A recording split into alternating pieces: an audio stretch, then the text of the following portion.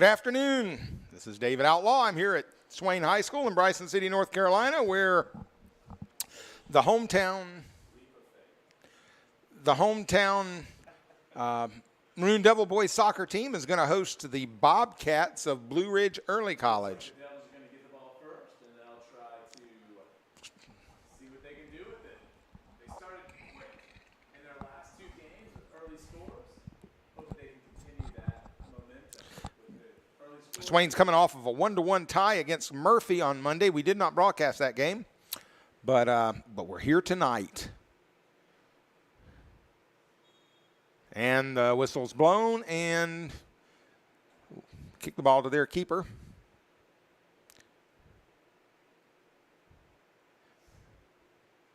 He's going to pick it up, see how far he can kick it. And he does kick it into the other half of the field. Ball stays in bounds on this right side. Bobcats have control. They're looking for players. Swain fighting in the defense. Shot taken, deflected to the left side.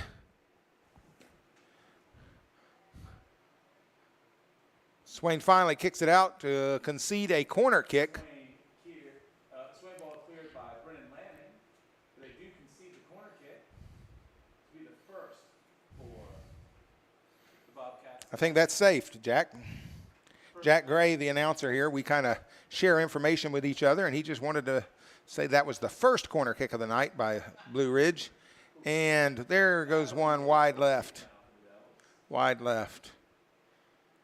I want to take a moment to think about those folks in the path of the recent hurricane in North Florida and South Georgia. I got an opportunity to see some footage on TV, and there was roofs and aluminum siding and just water flooding, and it's a tough situation. So keep those people in your thoughts and prayers.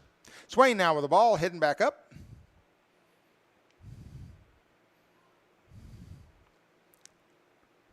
It's deflected off of Clayton Schuler, but not enough to go out of bounds. Blue Ridge with the ball, and that one's going to go out of bounds. It'll be a Swain throw.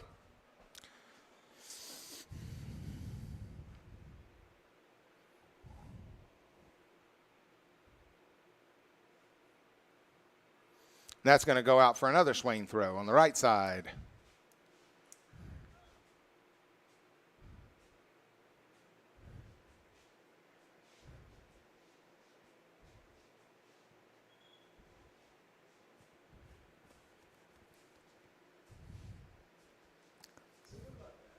He threw the ball, so it was out of bounds for the first three bounces. Then it went inbounds. So legit. I would have thought if it came in bounds, it would have been an. That was a Meg, and he didn't know it. I guess you don't get credit for it. Meg's when you pass the ball through somebody's between their ankles, but you got to get it on the other side, or the pass has got to be completed to one of your players before you get that unofficial credit for it. Schuler fighting over here. Sanchez. Pena gives chase here. He's going to come back. Bobcats switch field.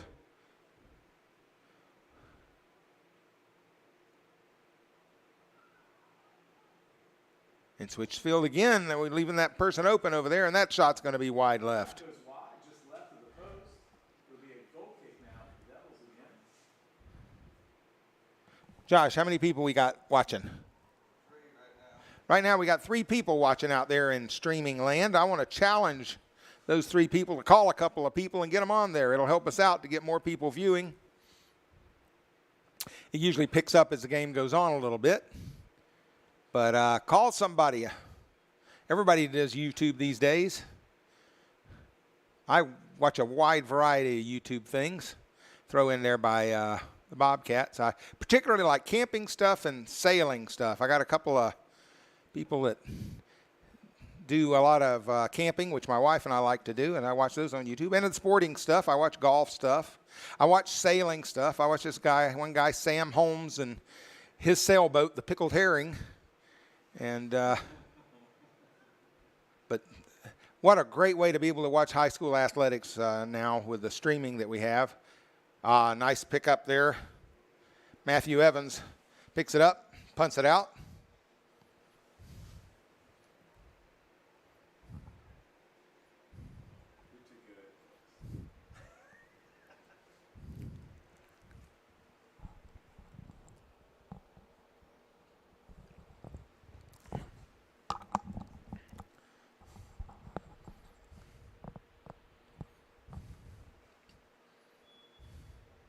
It's going to be a throw in for the Bobcats now.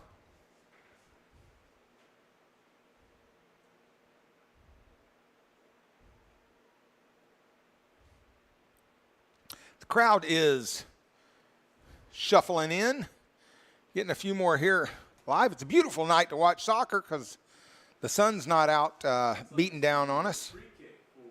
It makes it nice and cool here. We've been very fortunate with our broadcast crew here. I was talking to Jack Gray over here, my partner. He was there in Monday night against Murphy, and he said it was pretty wretched hot.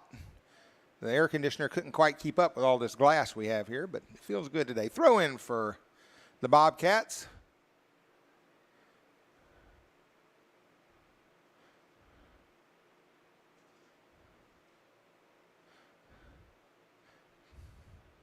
Bobcats are passing the ball around very nicely. That one's cleared out. Number 10, Kyle Wynn on the clear there. Mason Moore with the ball. Strikes on one-on-one, and did the ball go out, or did he call I think it must have went out. Nope, it's a foul. That's what I wondered. And a free kick now for the Bobcats. Last year, Blue Ridge were co-conference champs for our conference. This is our second conference game. Swain right now is 0-3-1 overall, and 0-0-1, one tie. The tie against Murphy for a conference record. Only the conference games count toward the conference We'll get another goal kick. championship. Another goal kick for Swain.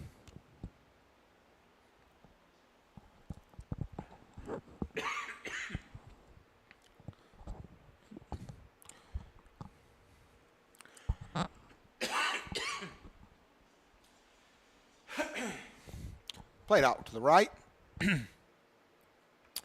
Stolen by Blue Ridge. Blue Ridge makes a pass in.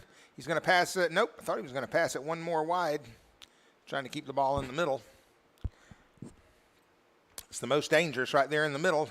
It's where the goal is perceived as the biggest for whoever's taking the shot. The further out wide you get, we'll let Jack Gray explain that later on, maybe the geometry behind it. Yeah, how the goal gets smaller as you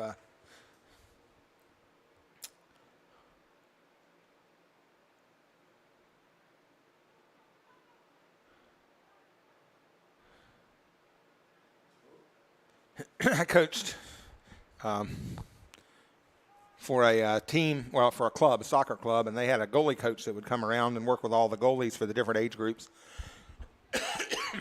And he would bring ropes and tie them to the goalposts and then have them out, at the penalty spot, and you'd see the angle that you have to shoot there. And he would even get out to the 18-yard box, and you'd see the angle that you have because there was a rope coming from the post to your feet and the other post to your feet. And then he would go out to the side and show how those ropes get closer and closer together as you get further up the side. And it was mostly to train the keepers to see those ropes, to see where they needed to be to cover the area between the posts. But it was a great illustration. Nice throw in, a header, and stopped by Evans. Excuse me. Tried to breathe some of my drink here. Well, Josh, has everybody called two people? We got 5 now. Somebody out there's helping us out. We got 5. Everybody called 2 more people. Let's get some numbers on here.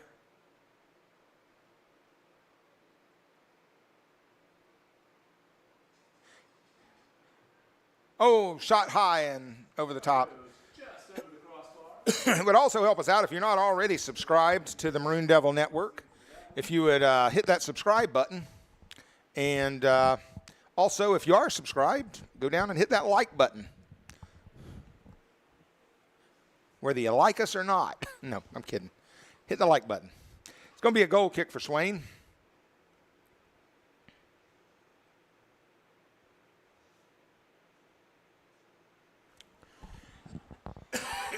Schuler fighting for the ball against about 3 Bobcats, and he actually came out with it, but it's going to be a throw-in for the Bobcats now.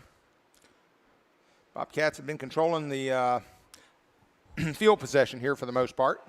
They'll have another throw-in now. 29 minutes left in the game, still 0-0. 29 minutes, 32 seconds left in the first half.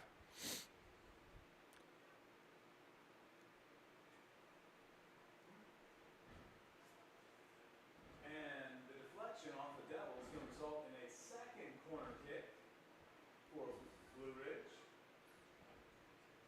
Set pieces like this are especially dangerous for a team, so we'll see if the Devils can defend it.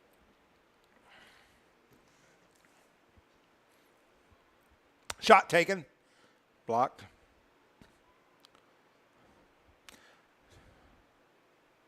Schuler passing out wide, looking for Kyle Wynn, I believe. Schuler comes back and gets it. Going to be a Swain throw in. Wynn takes the throw, trying to lay it in front of Schuler. Mason Moore kicks it out of bounds. They got some long throw-ins there.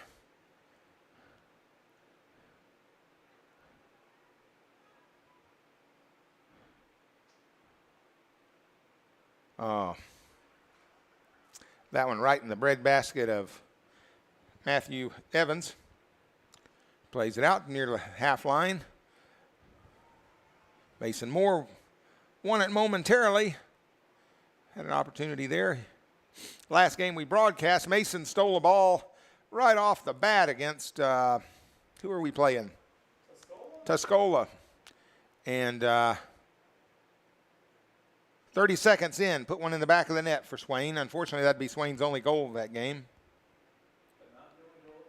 But not the only goal of the night, no. Unfortunately. Nice big cross. No angle, but he makes a good pass, takes the shot, and it's in the net. 27 and a half minutes left in the first half. And the Bobcats are on the board. 13 minutes into the game. It's going to make it 1-0. Devils can respond.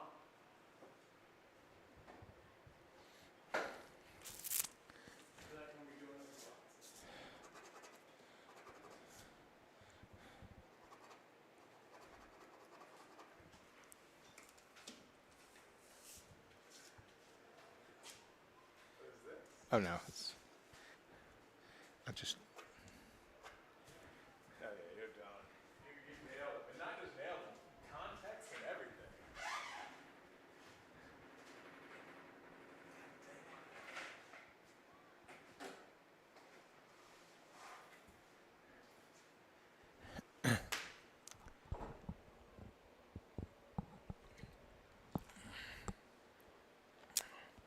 Just kind of had that feeling that Blue Ridge was spending too much time down there and taking too many shots. So sooner or later, some are going to land. Swain has been affected by illness here. We've got 3 players out, either ill or one injured. 2 ill, 1 injured, which that's going to go out. It'll be a Swain or a Blue Ridge throw.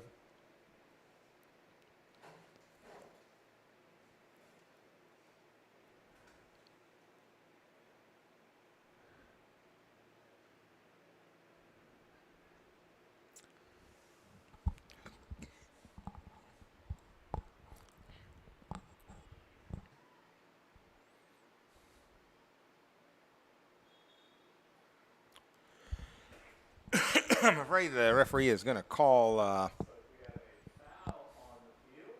think it's going to be an obstruction call, which should be an indirect kick, if I saw it correctly. Let's see what the referee does.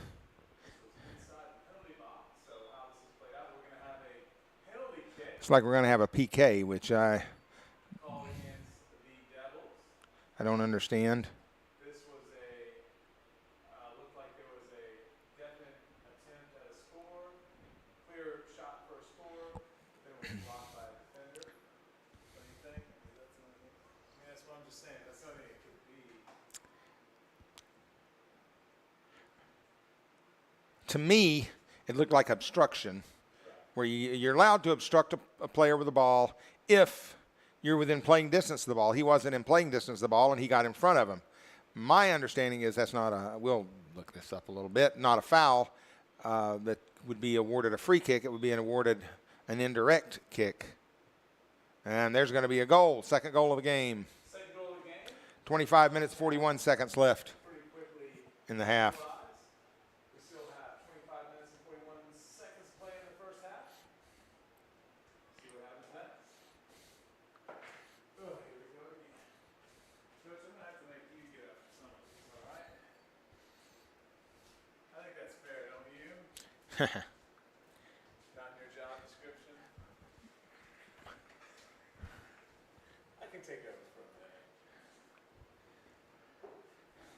I'm going to, well, all right, Swain passes the ball back. Blue Ridge takes possession pretty quickly.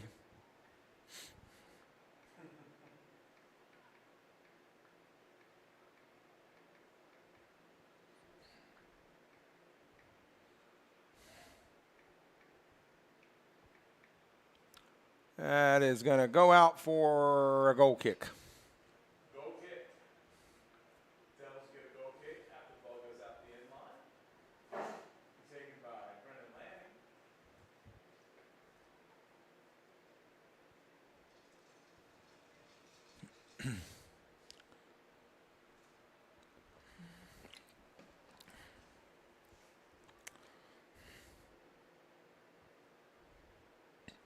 Yeah, that was a long one by 14. But you can see what was going to happen. Oh, that's nice. That's cleared out good and plenty by Brennan Lanning. So that'll be a throw in now for the Devils. I mean, for the Bobcats.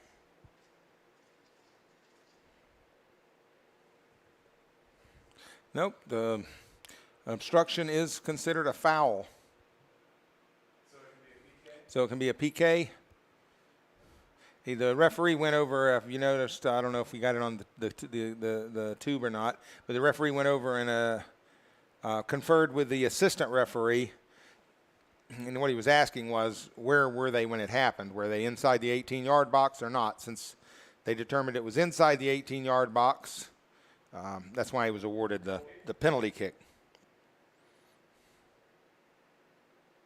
He was clearly inside. Yeah. To be precise, the obstruction rule was replaced by the impending progress rule in 1997. Technically, there is no obstruction rule, although we keep calling it that.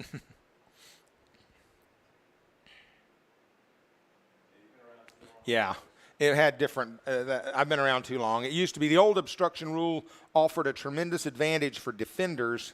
The punishment was minimal for blocking goal occasions. So it used to be a indirect kick. So the defender would say, oh, what the heck, it's only going to be an indirect kick, I'll do it. So it's been changed now so that it is a full-fledged foul. What would they do if there was an indirect kick like 5 feet out from the goal? Okay, if what they do, if an indirect kick is given anywhere on the field, outside of the 6-yard box, it is taken wherever that might be. And the defending players have to be at least 10 yards from the ball, and the ball has to be touched twice before it goes in the goal by the person taking the kick, and anybody else can touch it. Even if it happened to deflect off of the goalkeeper, it would still be okay. If it went directly in the goal, it would be disallowed. Now, Offside If an indirect kick is awarded inside the 6-yard box, the ball is moved out to the edge of the 6-yard box, and the defending players are allowed to line up right on the goal line, in the goal, right on the goal line to defend that indirect kick. So And if it's outside the 6-yard box, they can still get on the goal line even if they're not. Yeah, if it's outside the 6, they can still get on the goal line even though they're not 10 yards away. But once you get the ball is out at least 10 yards away from the goal line, the defending players can't get any closer than 10 yards. If you understand all that, you learned it a lot quicker than I did. who's this coming in? Number 6 is going out. That's 10. Moore's going out. And 40. Jaden George is coming in the game. For the Devils. You replace Mason Moore.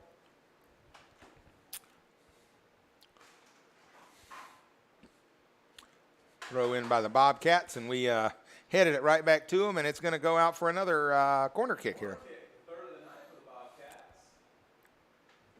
The Devils have been successfully defending them thus far. We'll see if they can continue.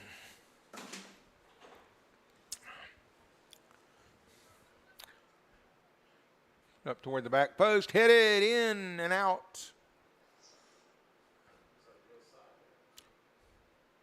Schuler trying to clear the ball out there. James Sanchez got a touch on it.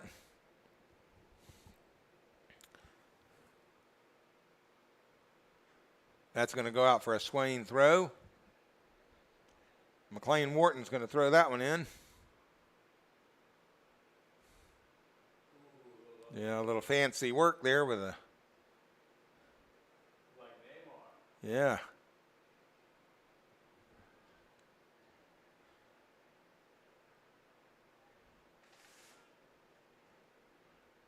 This would be a change of possession. Swain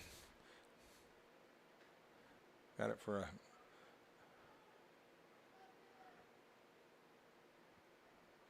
Bobcat keepers. Little ways off his line there. If we were able to win possession and take a quick shot, hoof one in there.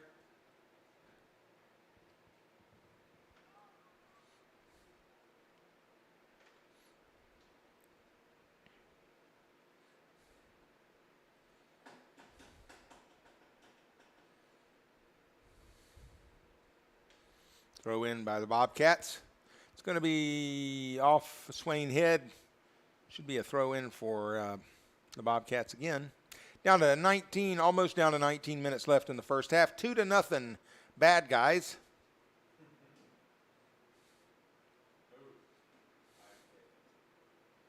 Shot taken, and that's in the net.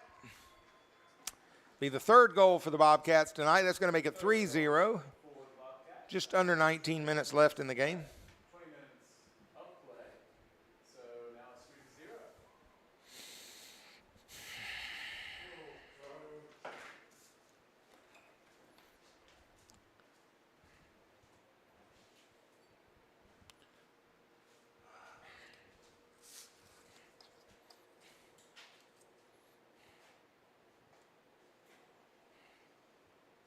Devils make a quick substitution. Number 12, Cristobal de la Cruz Esquerra leaves the field. He's replaced by 27,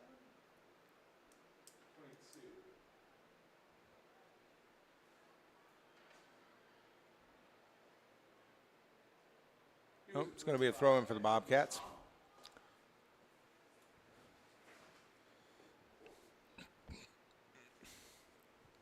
How many we got, Josh?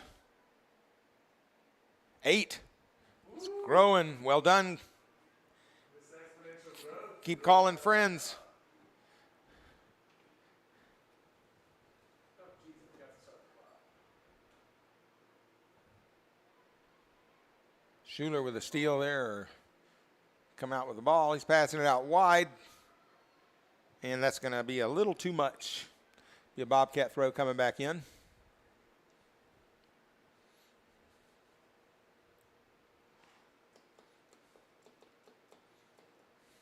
That'll be a Swain throw.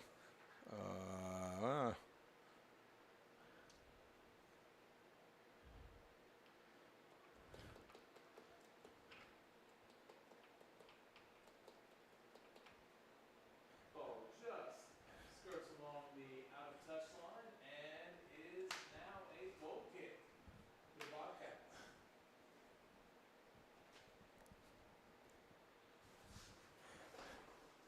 Who's this?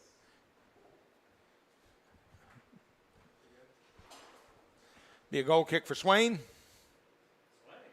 I'm sorry, for the Bobcats. Thank you, Jack. Any opportunity to call you wrong. Keep me on my toes. I would blame it on old age, but I made those mistakes even when I was in my prime. High punt. Jack, what's the perfect angle trajectory for the most distance? 45 degrees if you take nothing else into consideration, yeah. That's Except just pumpkin jump. gravity. That's for Assuming. I kid you not, that's actually true. Well, I've always wondered why in baseball they don't, you never see that. Well, very seldom do you see the 45-degree trajectory. It's usually lower than that. But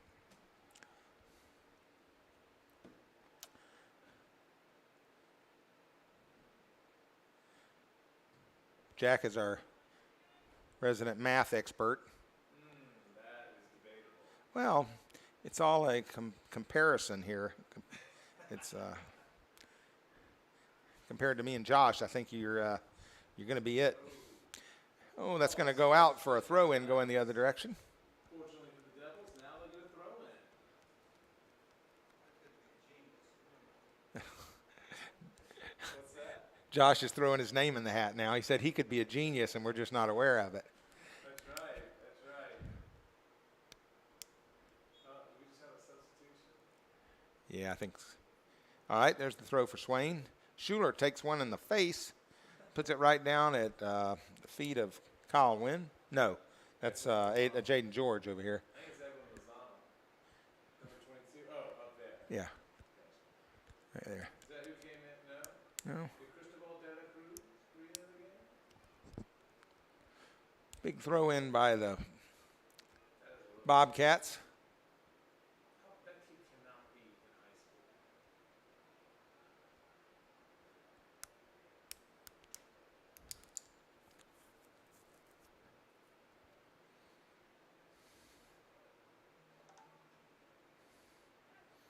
Kept in bounds.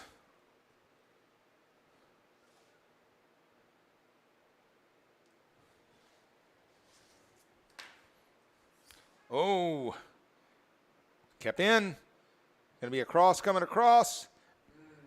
Swain gets a foot on it and gets it out of there. Swain's been doing a little better job keeping them out of their, A dangerous ball out of the for the Bobcats. attacking third for the Bobcats, but they're about there right now. So under 15 minutes left in this first half. Again, it's 3-0 Blue Ridge.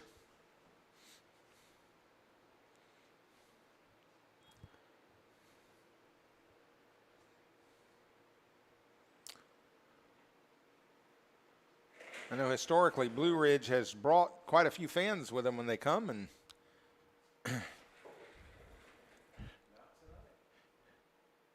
they've always been freely willing to express their opinion on matters, and there's just not that many here tonight.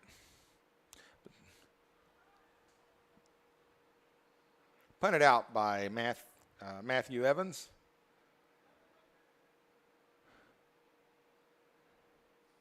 It's going to be a throw-in for Swain.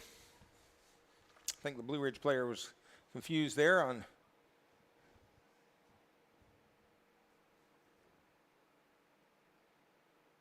If you go to Blue Ridge, I was just looking at the referee. He looked at that throw kind of funny, and then he looked over at the assistant referee and said, "What do you think?" And they said, "Oh, what the heck, we'll let it go." It's a questionable throw. Let's see how this one goes for Jaden George. Really should be one big fluid motion when he puts it behind his head. And that one was, if he kept that toe on the ground, which it looked like he did. Hind foot's, yeah, it was kind of writing dashes on the ground, wasn't it?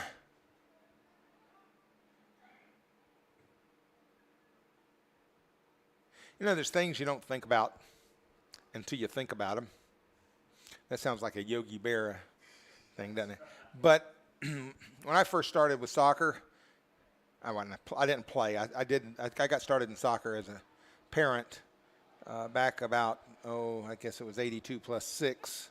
No, 82 plus 4, which would have been about 86. But everybody's shirts were tucked in. Ooh. Everybody's shirts were tucked in. The uniforms, I mean, the referees would stop the game and make you tuck your shirt in if your shirt came out. And now the uniforms have all changed, and even at the highest level, there's no shirts tucked in. I think when you tuck your shirt now in, you're dating yourself. I think Messi would tuck his shirt in, and then everyone would be tucking their shirt. Yeah. Jack said if Messi tucked his shirt, all it'd take is for Messi to tuck his shirt in, and then everybody would be doing it. Yeah, that's probably right. At least in America. He's phenomenal. It's just phenomenal. Whoop, handball. It's going to be coming back the other way. It'll be a Swain from there. The Bobcats, which No, wait. Oh, they called the trip, I guess. Oh, trip. Which put him down on the ground. Foul. So it's. So No, it is a handball. I think it was a handball. Yeah. we'll get a real opportunity to score right here, just outside the 18-yard box. It's like Clayton Schuler's going to take this one. Looks like they have, is it 3 or 4 in the wall? 3 in the wall. It's been taken from about, 23, 4, 5 yards out. Schuler's sizing up what he wants to do. Takes the shot, tries to bend it around and over, and was covered pretty well by the Bobcat keeper.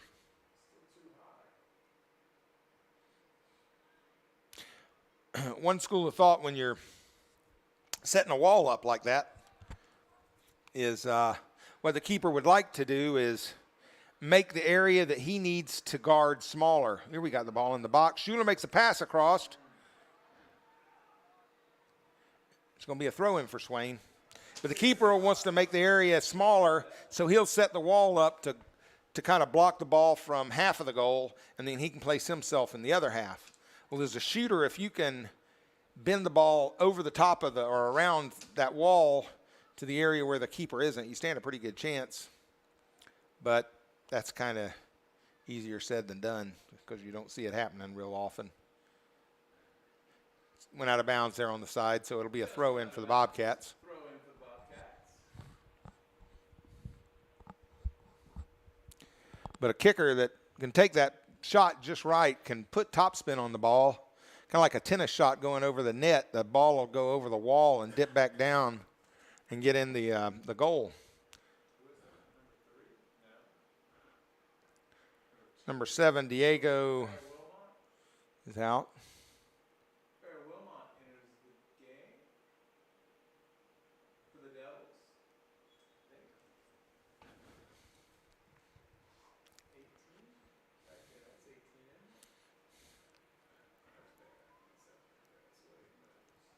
Yeah, 18. That's going to go out for a Bobcat throw.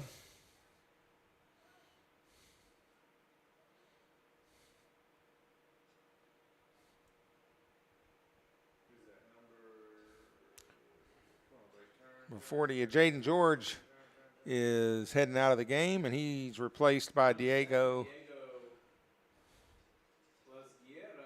Enters the game.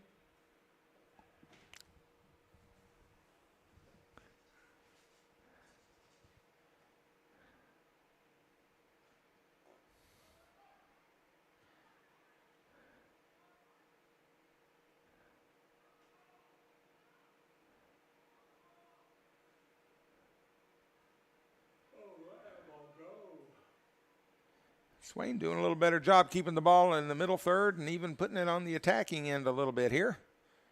Schuler fighting over there, taking on 2 people. Mason Moore with the ball. He backs it up to James Sanchez.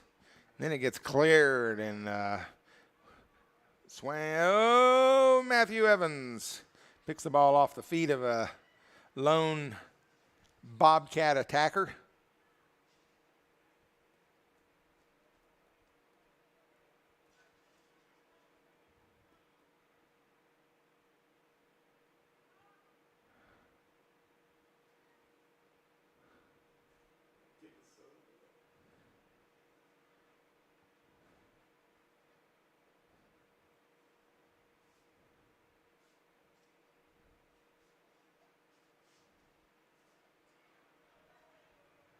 Mason, trying to find Mason Moore up top. Diego steals the ball, passes it back to Edwin Lazama. Oop, we're going to have a, well, they thought about calling a foul and decided not to. Yeah, and we'll have a throw in for Swain. You know, in all seriousness, though, a lot of credit to these referees. Oh, nice shot by Swain there. Who took that, Jack? I think that was Cristobal de la Cruz Esquierda. Cristobal de la Cruz E on my roster. It doesn't give me the rest of it. Okay, you know him. Jack knows him. Probably has him in class. Jack still teaches at the high school. I'm retired from the high school.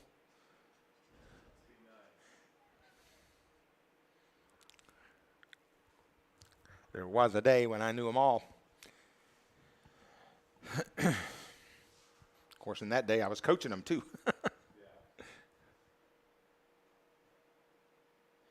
We had an alumni game this summer. It was real neat to see a bunch of the players come back. Had a girls' game, and then actually we had an alumni weekend here at the high school. I think the volleyball had an alumni game, softball, baseball, basketball, and soccer. Started with soccer, yep. So last year it was alumni. Back when I was coaching, we had an alumni scrimmage one night, but it wasn't anything fancy, just some kids come back and scrimmaged against us.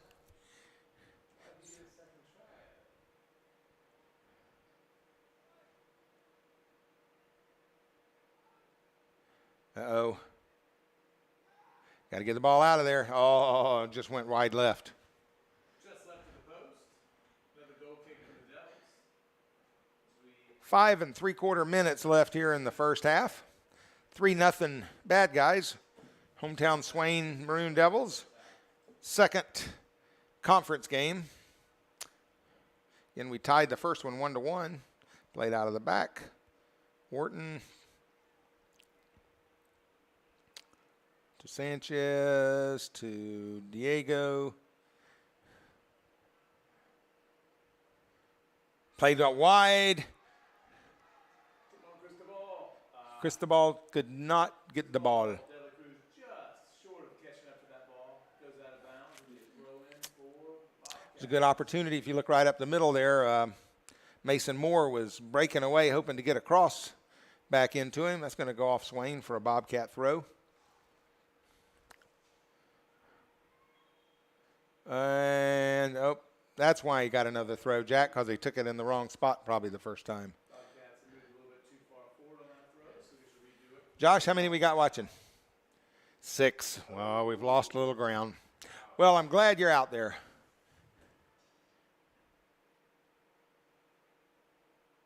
I think we could need to do a better job, a little bit marketing, because I know some of the former players, I think, would enjoy watching these games. Of course, they also know that they're eventually going to be on YouTube. They're, if I understand it right, they're put on shortly after the game. They're uploaded to YouTube where they stay for a day or two, and then they're taken off, so they can't be used for scouting purposes and that sort of stuff. But then after the season is over, they're all opened back up so that you can go back. In fact, you can go on and watch, I think, all of last year's games that were broadcast or were filmed. There are some that you don't get the honor and privilege of having me talk on. They just sometimes, if I'm unavailable, they'll just play the video. You can hear Jack's voice in the background. Yeah, Jack said you're very fortunate for those games. And then, of course, the ones that I get to, you can hear me. But it's just so much different. It's just amazing. I know every there's a shot. He was trying to make a ESPN highlight reel with that shot there. On Friday nights, all of our home games are broadcast on football, American football, the funny-shaped football. And we try to broadcast as many of the away games as we can, but we do have to get permission to be able to do that, and some schools don't really want us to.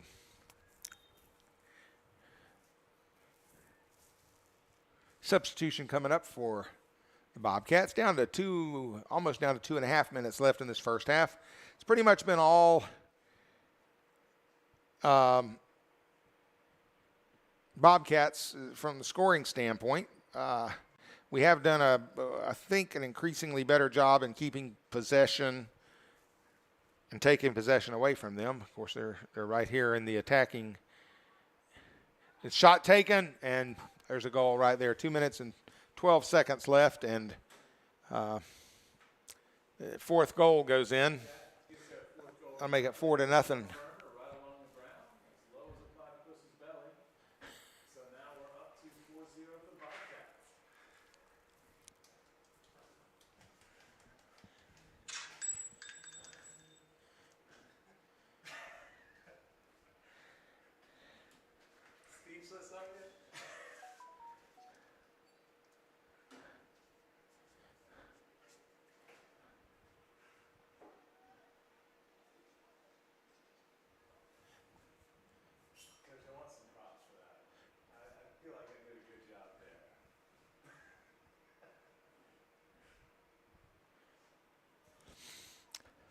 Bobcats tried to play it out wide right, and Clayton Schuler foiled that. It's my word of the day. I think it's foiled.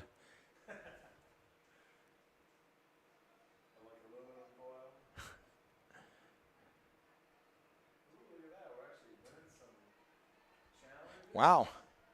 Nicely done. Take him down the sideline. Okay, back to Schuler. Schuler's looking for his tries to play it on through.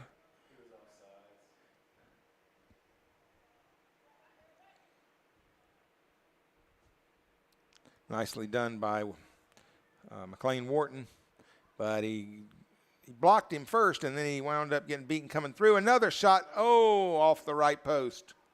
That was a shot that bounces off the right post to out of bounds, which means a free kick for the Devils. I mean, a goal kick for the Devils. Goal kick. Devils have a goal kick with under a minute left in the, and for some reason the Bobcats are making a substitution.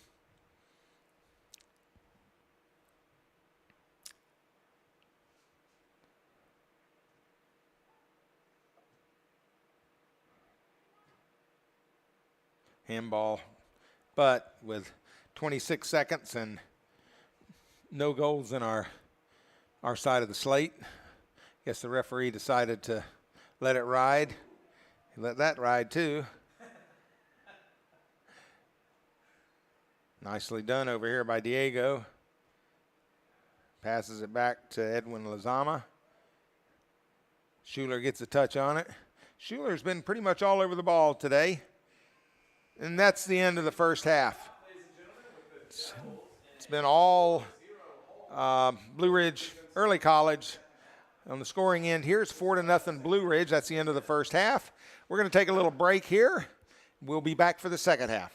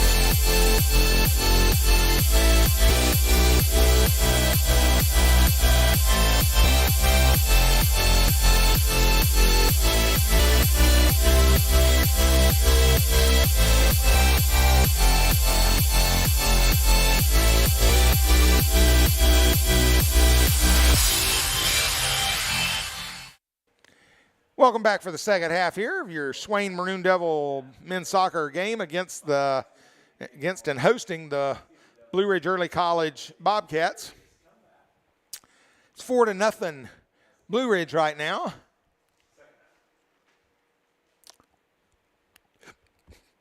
And the wise words of my father, oh my gosh, if they scored four goals in the first half, we can score 4 goals in the second half.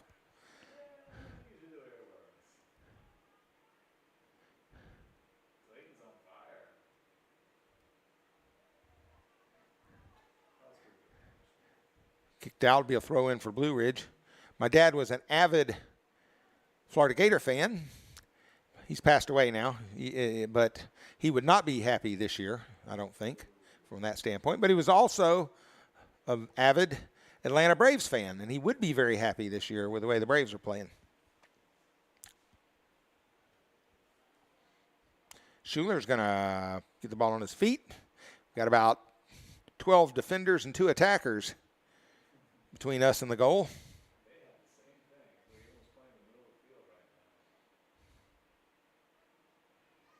Schuler with the ball now. We've got a little bit better numbers here. But Blue Ridge, oh no. Swain with the ball. Got some numbers. Got opportunity. Who's got the speed? Keeper way out of his cage. The Bobcat keeper clears the ball. Throw in for He cleared it out.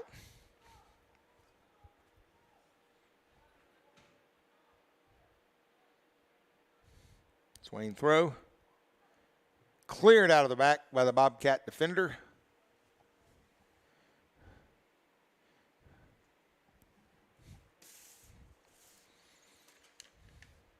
Uh-oh. Played on the right side. Got space to move. He was onside. He's making the cross. That should be a corner kick for the Bobcats. out of bounds because it hit the football upright, which is out of the field of play. That was kicked by Devil. So it is a corner kick, the 5th of the night for the Bobcats. Devils have been very successful in defending against these all night long. We'll see if they can continue that. Clayton Schuler, who's kind of been everywhere on the field. You've heard his name a lot tonight. He scored the 1 goal against Murphy and was named the player of the game that game. So we'd like to see him get us a couple of goals here tonight, maybe. Oh, going to be a bad throw. Lifted his foot, according to the assistant referee.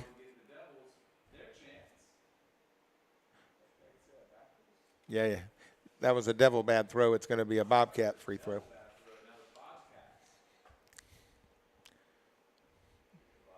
He threaded the needle and found a player there.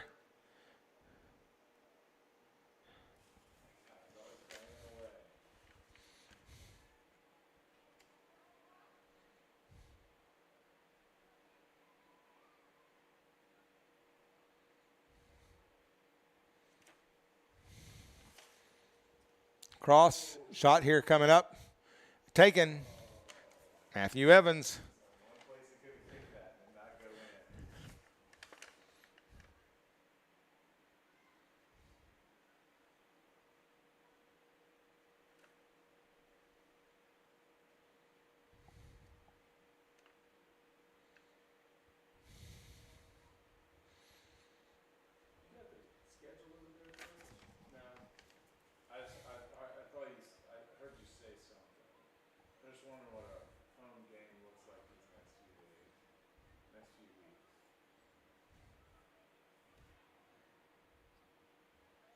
Bobcats with possession.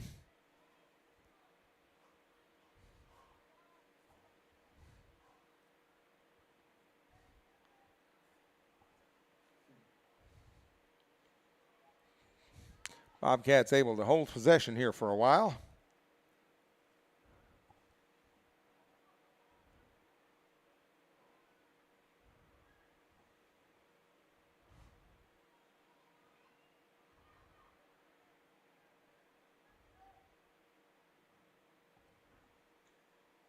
Shot taken, and that's going to be wide left. Wide left, goal kick Devils.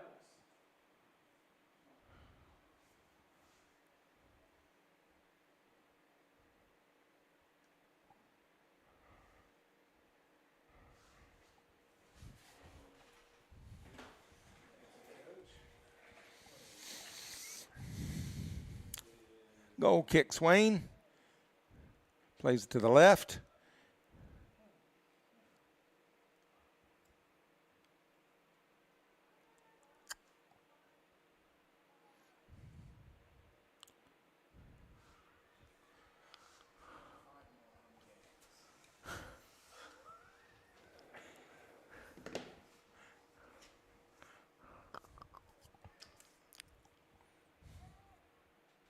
Looking at the schedule here and some upcoming games.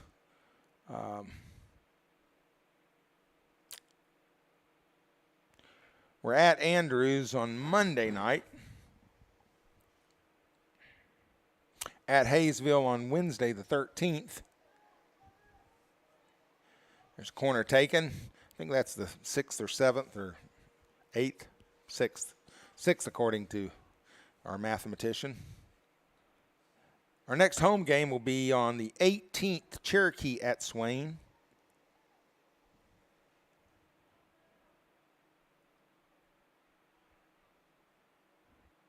And then it won't be until October the 9th, I believe, until we have another one. Yeah, that'll be Andrews at Swain. And then October 11th, Hayesville at Swain. And October 18th, Highlands at Swain. 23rd, Tri-County at Swain. And then the playoffs will start. That's senior night, Tri-County. Tri-County will be senior night. Tri-County on Monday the 23rd. 6 o'clock game at home will be senior night. You got to be sure to tune in early because the senior presentation is typically before the game. That way, I know when I was coaching, we had them at halftime, and the good part about that is got more fans in the stadium. Bad part about that is it takes up all the halftime, and you don't get a chance to talk to the players as a coach. So if you're of that mindset that you think the coach really makes a difference, talking to the players is kind of important. Only 3 seniors this year. Jack says we only have 3 seniors this year, so I suppose it'd be a quick presentation. Young squad here. Pretty heavy on 11th graders. Whoa. Came close there, did Tri-County. Did Blue Ridge. Looks like it's going to be a goal kick for Swain. Mason Moore enters the game. That was a close call for the Devils. The ball just rolling right in front of the 4-0, 32 minutes left in the game. We're in our second half here. off the end line, so it'll be a goal kick now for the Devils.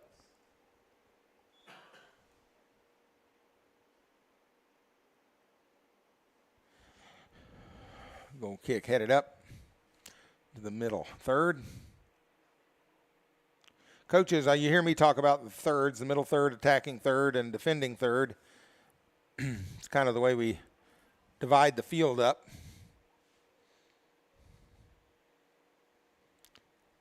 Lengthways. Header taken wide right. Going to be a goal kick for Swain.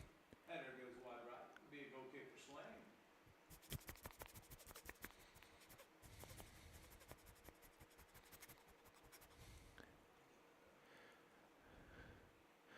When I was coaching first day of practice every year, I'd often, especially if I had a bunch of new kids, I'd ask the new kids, okay, how many defenders we got here? And I don't know, maybe a third of them would raise their hand. And I'd look at all the others and say, nope, you're wrong. All of you are defenders when they have the ball, and all of you are attackers when we have the ball. So soccer is...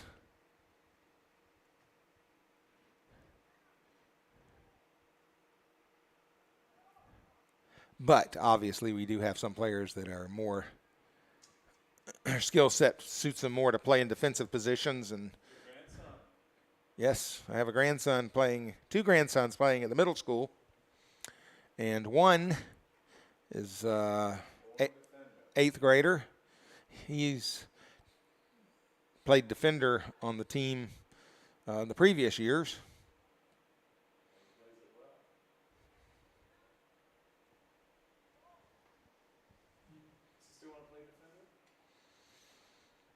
I don't know if he wants to play defender. I know he feels comfortable there. There's been putting him in the midfield some too. So, yeah. I used to, when I was coaching, I liked, and as Jack Gray said, he's picked up a lot of speed. He's pretty fast.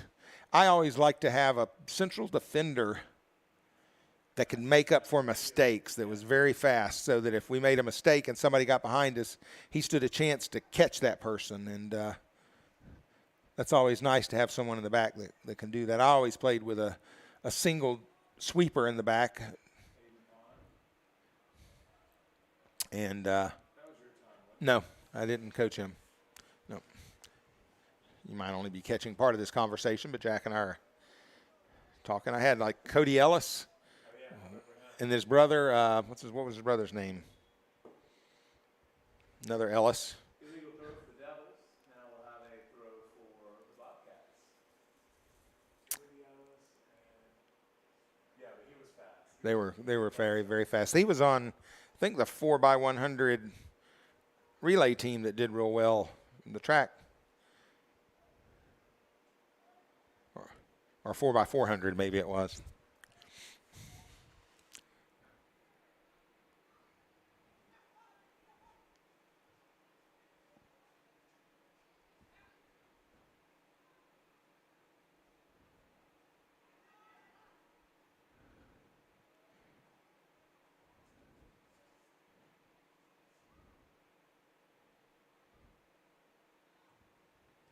Oh, there's one in the goal. That's the first one here in the second half for the Bobcats. That's going to make it 5-0. First goal of the second half, putting them up 5-0. Swain. Just over 28 minutes to play in the game. Swain had beat him back for the first 12 minutes. Second half.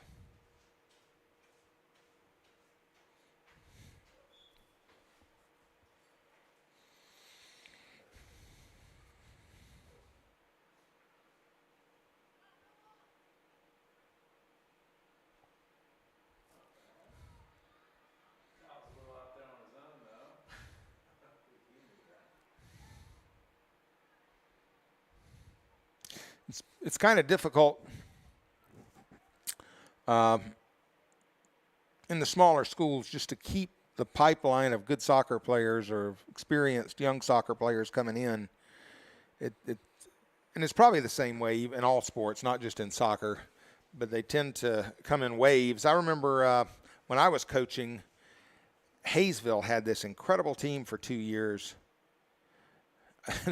They also had a great basketball team. It was the same kids going from basketball to soccer or from soccer to basketball. But when those kids graduated, then Hayesville struggled for a while. Still struggle. And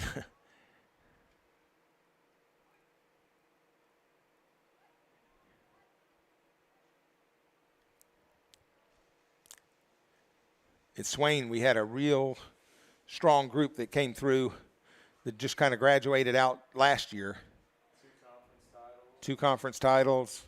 3rd place last year. Deep into the playoffs a couple of years, didn't they? Yep. I think they won 2 games 1 year. Yep. But that group of kids actually goes back. They've been playing together, a lot of them, since they were 10 years old. 5 years old. Back, a fellow named Joe DeLillo worked with them way back when, didn't he? Yeah, and Romano Michelotti worked with them, and they did some traveling so they could go places where they, other towns around, so they could play soccer, because in order to take a group of kids and make them good and experienced, they have to play against good competition. You can't just divide them up into 2 teams and have them play against them each other all the time. So you kind of have to. Ooh, looked like one of the Blue Ridge players may have run into the fence. Ran into the fence a little bit. They have a leaky nose now.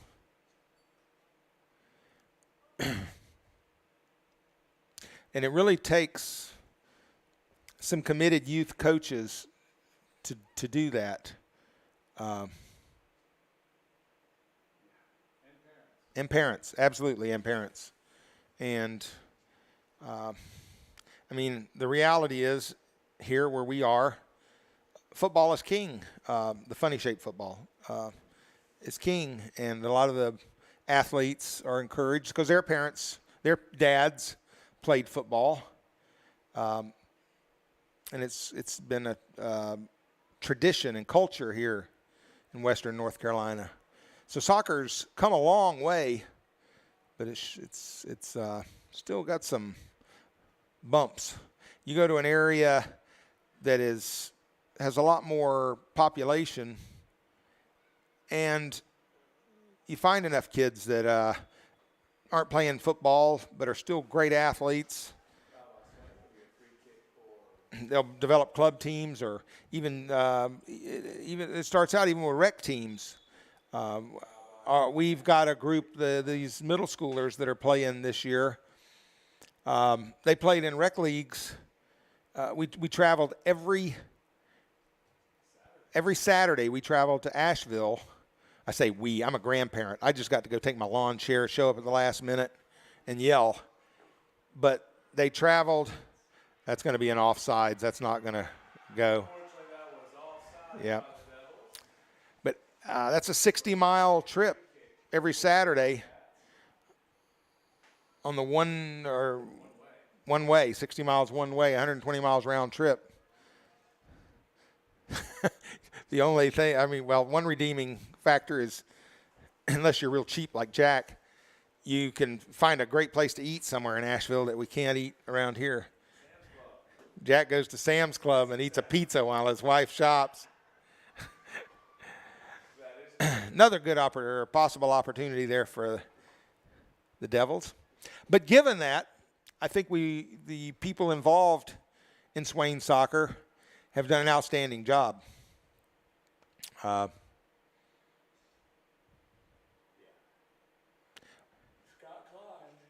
Scott Klein, who was the boys' coach up until this year, and will still be the girls' coach. And also kind of the puppet master of the whole thing. Scott was very instrumental in bringing people in, as well as taking coaching courses and learning the game himself. But he brought in Romano and Joe DeLillo. Yeah, Jack said he talked a lot of parents into spending a lot of weekends and getting out and doing work on the fields. And I remember a little of that. I don't remember back very far. Jack still does. He said an hour ago he was out. Well, hour and a half ago he was out working on the field. Jack's been very instrumental in this. We're going to see how really devoted he is once his youngest kid is out of it, see if it was really a love of the game and a love of soccer, or if he was just doing it for his kids. No, I'm kidding. We all just did it for our kids when it comes right down to it. Except for Joe DeLillo. He didn't have any kids. Neither did Romano. They didn't have any kids in the program. They had a love of soccer. Joe DeLillo was a one-legged goalkeeper, and I'm being serious as I can be. He lost his leg in Italy. I think it was run over by a truck or something years ago when he was a kid, like after World War, or toward the end of World War II or during World War II. He was a kid, and it was run over, and it was amputated, and he still played soccer. Goalie with that. Shot taken, blocked.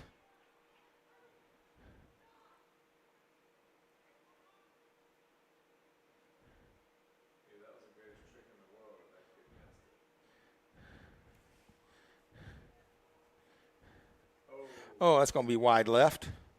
Joe was great working with the kids. He was a bit of a gruff person, but the kids somehow overlooked that, I think. Some of the parents and administration and stuff didn't overlook it quite so much. He actually was a assistant coach for me one year at the high school here, and I spent a lot of my time putting out fires. I remember him yelling at a bunch of 5-year-olds because they didn't have their shoes tied. It's like, what? If my kids tie a shoe at all, that's a win. Funny stories about Joe. He was hard of hearing, and I called him on the phone, get his wife, and he and his wife, it was a bit of a volatile communication process, okay? But especially with him hard of hearing, her screaming for him. And I think he was just across the room. I don't know, but screaming. He called me one time, and he said, "How about that Gator game?" And it was a Florida football game, and I was taping the Florida football game. Shot taken. Oh, under the goalie, under Matthew Evans there. That's going to be the 6th goal for the Bobcats. It's going to be 6-0, 20 minutes left to play here in the game.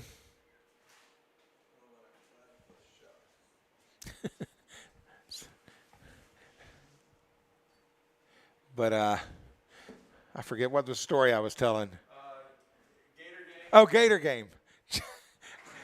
And I wasn't even thinking anything. I figured Joe DeLillo watched the Gator game, and I had it taped, and I didn't want to know what the score was. And Joe said, "Hey, Dave, you been watching that Florida game?" I said, No, I taped it. I don't want to hear the score. He said, "Yeah, because Florida lost." And I'm like, of course I didn't want to watch it then. But it took my whole Saturday afternoon or Saturday evening away from me. I was avoiding my phone. I was avoiding the news. I was avoiding everything. In a way, he saved you a lot of trouble. He did. He saved me some trouble, I guess. He called out of the blue. That's Joe. I didn't want to know. Oh, I'm sorry. They didn't look very good, though. Yeah. Wipe that from your memory. Was 5 years ago Joe passed away? He passed away probably about 5 years ago, yes. Yep. Had very grand plans and ideas. He would get people involved, and it worked. Yes. Very instrumental in soccer in this area. Yeah.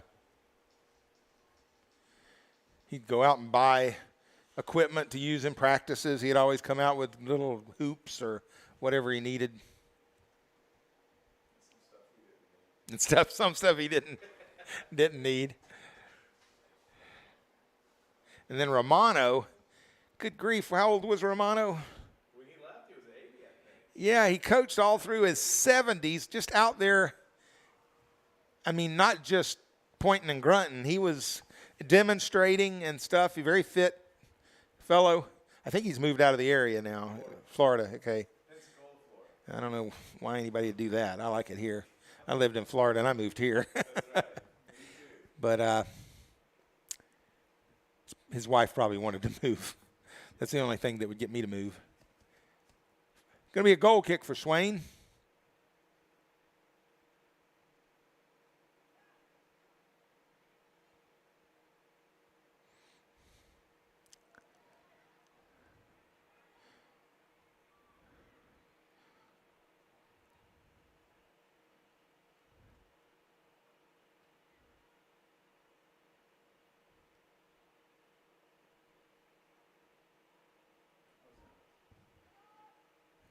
Coming across, too many of theirs and not enough of ours.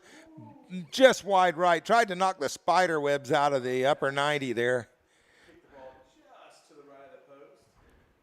It'll be a goal kick now. It's going to be a goal kick for Swain. 6-0 with about 17 and a half minutes left in the game. There were 3 guys that could have scored on that one. Josh, I noticed football had instant replay going. Any chance we're going to get instant replay? Not today. It's not going to happen today, folks. Don't you have to have like 2 systems going or something? Yeah, it's a little more involved. I've watched a lot of football games. They didn't have instant replay, but I noticed they did have it this past Friday. I watched that game.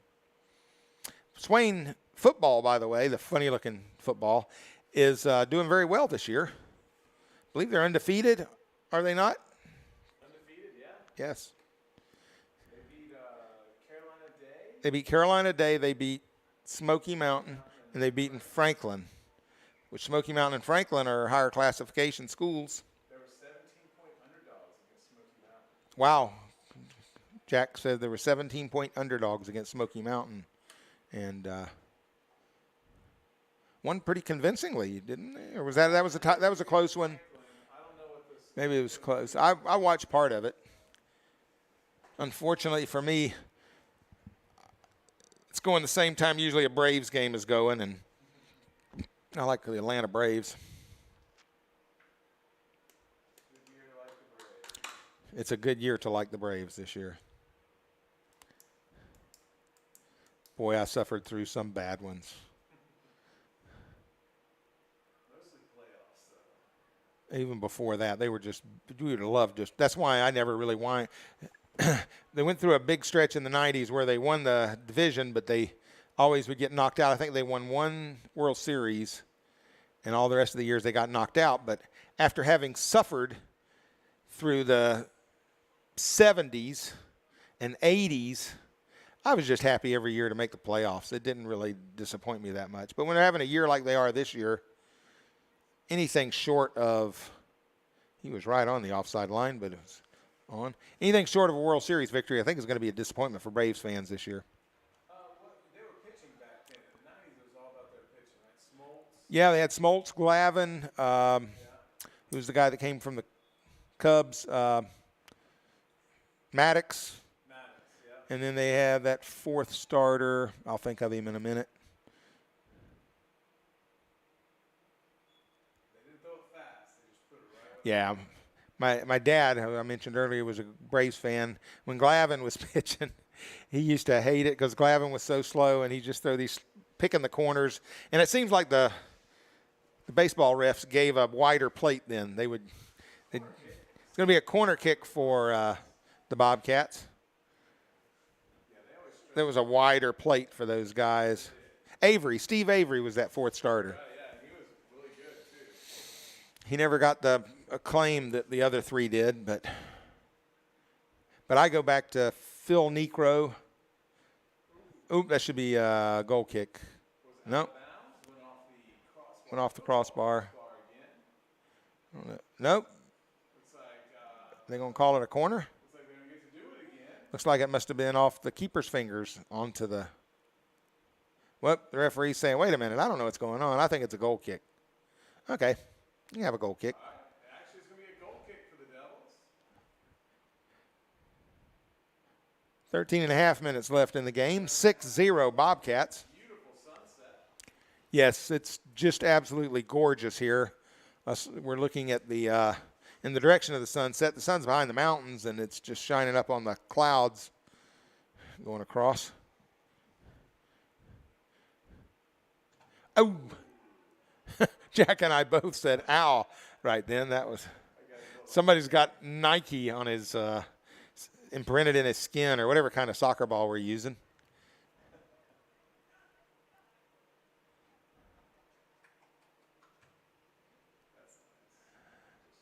Hopefully this is going to be Matthew Evans, and he does take it.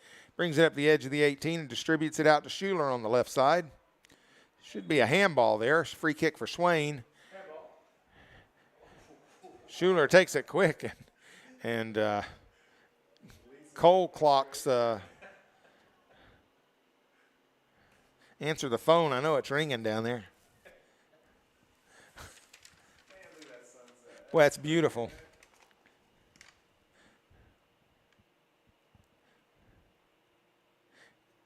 If we had the semi-trailer down there with cameras all over the place, we would put one on that sky out there, and somebody in the semi-trailer down there that's directing this whole thing would say, "Camera 8," and they'd give you a shot of that sky. It's really gorgeous. You did a wide shot?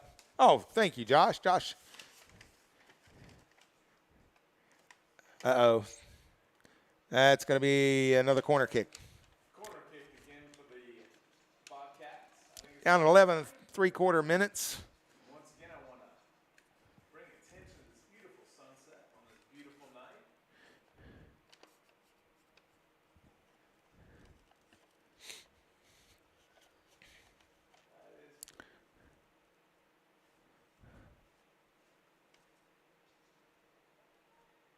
Swain has played hard. I have to give them credit for that throughout this.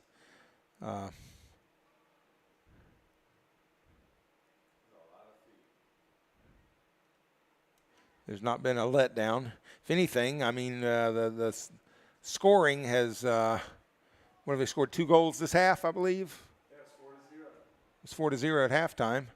There's a shot wide right. So kudos to the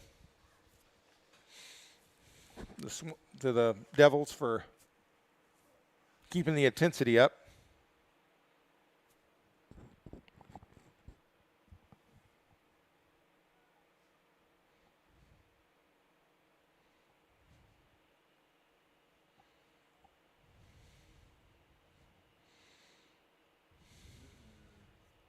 Shot coming up, and it hit the football crossbar. That should be a goal kick. Again, football crossbar is out of play for this game and will result in a goal kick for the Devils.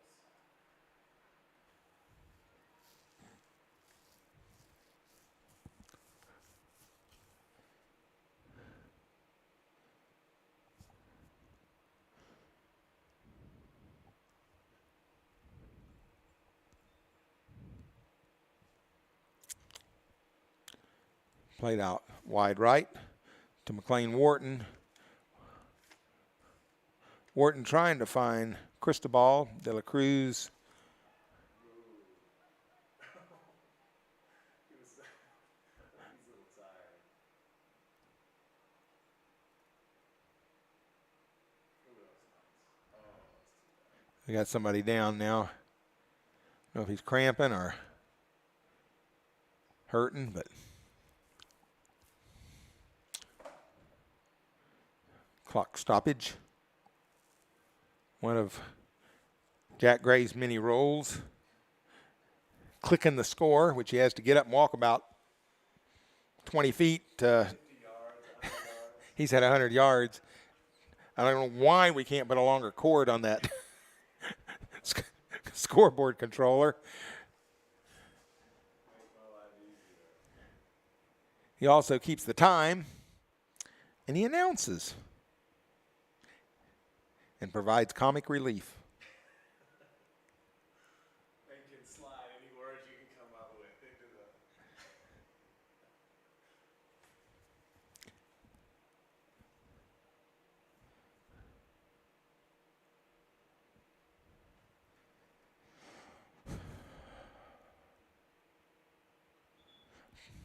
I know we're cool up here in the press box, and I know it's kind of sticky and icky down there and hot.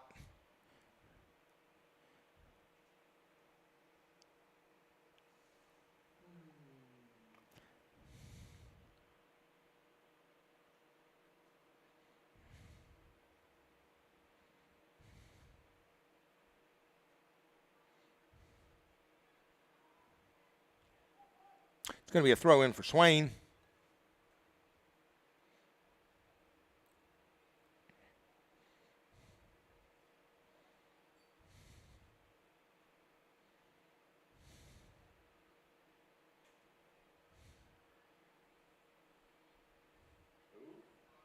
Swain with an opportunity here. Oh, one bad touch. I think we're going to get called for that push there. Be a free kick for the Bobcats. In fact, we're going to get carded. Mason Moore with a yellow card there. He'll have to go take a quick break. The way it works in high school, unless it's changed, I haven't seen him leave the field yet, but if you get a yellow card, you do have to leave the field, but you can sub back in on the next sub. Yeah, he's going now. If you get 2 yellow cards, it's akin to fouling out in basketball. You are out the game. Well, or 1 red, but a red card carries more weight in high school than 2 yellow cards. Is that right? Yeah.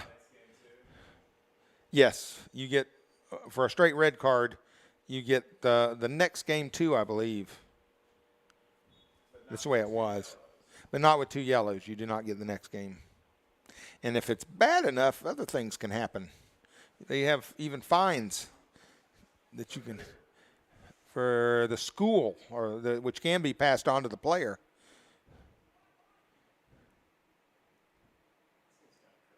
Yeah, it does, since they're not paid to play, but seems kind of crazy, but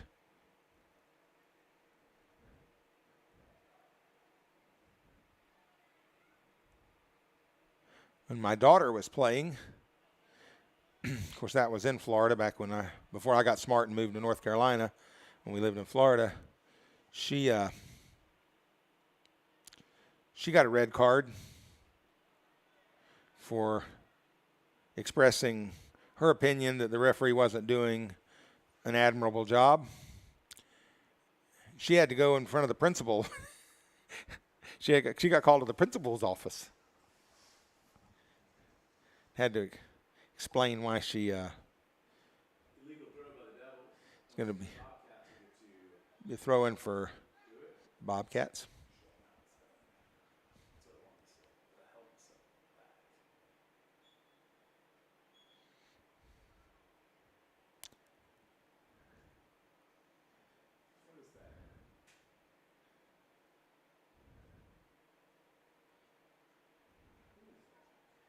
Who that came into the game? Oh, it's the one, Brennan Lanning? No, I guess it could be. Yeah.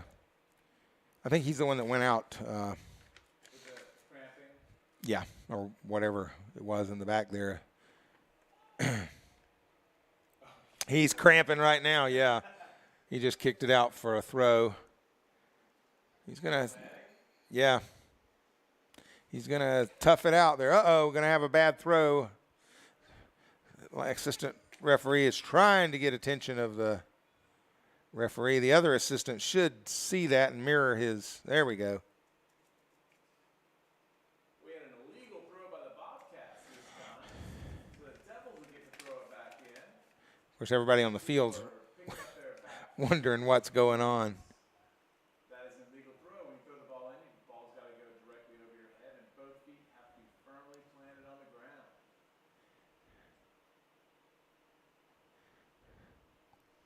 We'll see if Elijah George can show us how it's done. Here we go with the Swain throw. Nope. He's saying, I don't want to do it. You do it. Who's that? See a number? 17 maybe? Is that Oliver Reyes? Throws the ball in. That was Oliver Reyes with a perfect throw in. And now Kyle Wynn's going to throw it in.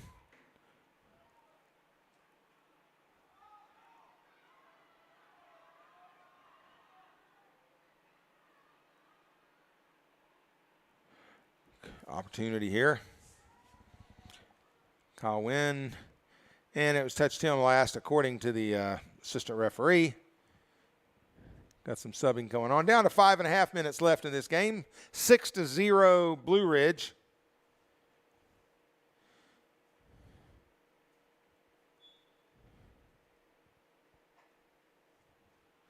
This is the Blue Ridge near Cashers, North Carolina.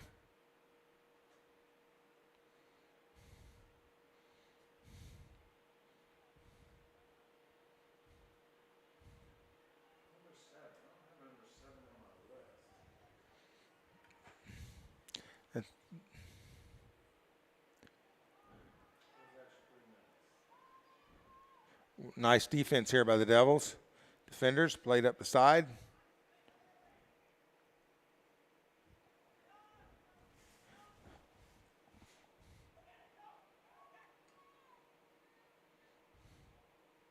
Shot taken and stopped by Matthew Evans.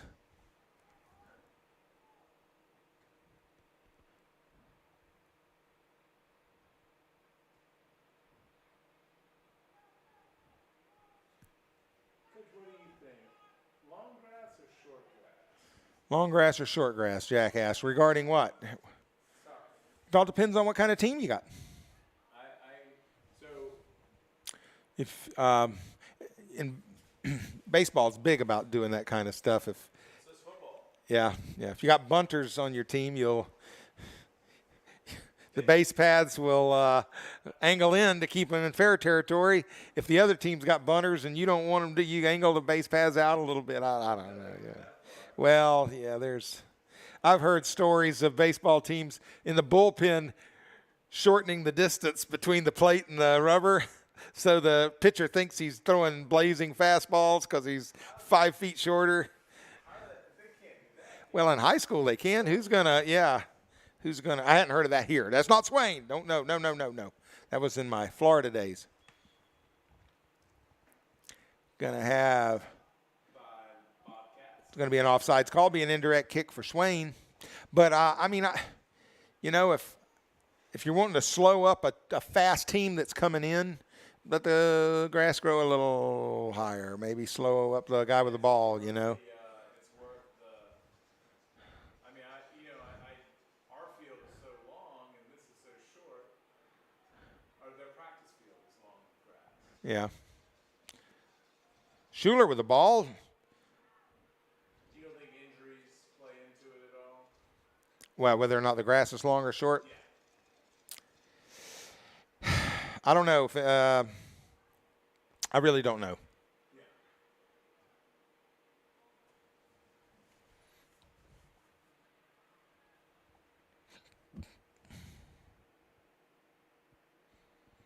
Devil throw. This grass could be a putting green. Yeah. And I just wonder if you think that. And it's probably, right now, it's probably cut down nice and low because they probably just put these lines on here today for the JV funny-looking football game tomorrow. And they mowed it right before. They rode it right before because they wouldn't want to mow it after they painted the lines because that would you cut the paint off. If you paint it and then you mow it after you paint it, you lose a little bit. That's where you lose your lines. I don't know if anybody, as if the camera is panned across the center circle where the devil is with the S, that was bright and vivid Friday night on the broadcast. And you can see it's very pale right now. Can't even see the numbers barely. Yeah, can't hardly see the numbers out there. And they don't paint numbers on the field for the junior varsity game unless they just happen to be going to have a varsity game and they've done it. So the bright white lines you see, football lines, are for the JV game. Got an offsides right up near midfield. Blue Ridge was off. It'll be a free kick for Swain. Indirect kick down to less than a minute left in the game.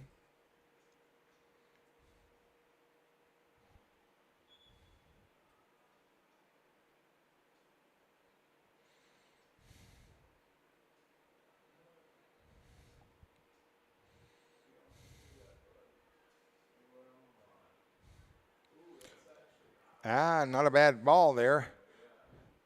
Had people up, got 4 or 5 up in the attacking third right there.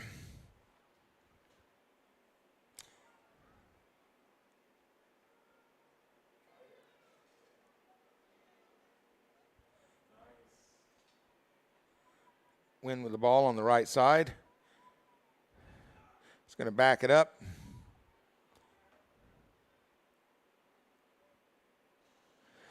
That's going to do it here.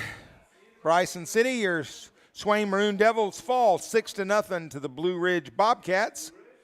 Again, it was a hard-fought game. The Swain were able to hold Blue Ridge to less goals in the second half than the first half. That's all. That's something to measure. That's positive. Got to go back to the drawing board. We'll just have to score more goals next game and give up fewer. So until next time, thanks for joining us. And this is David Outlaw. We'll see you next time.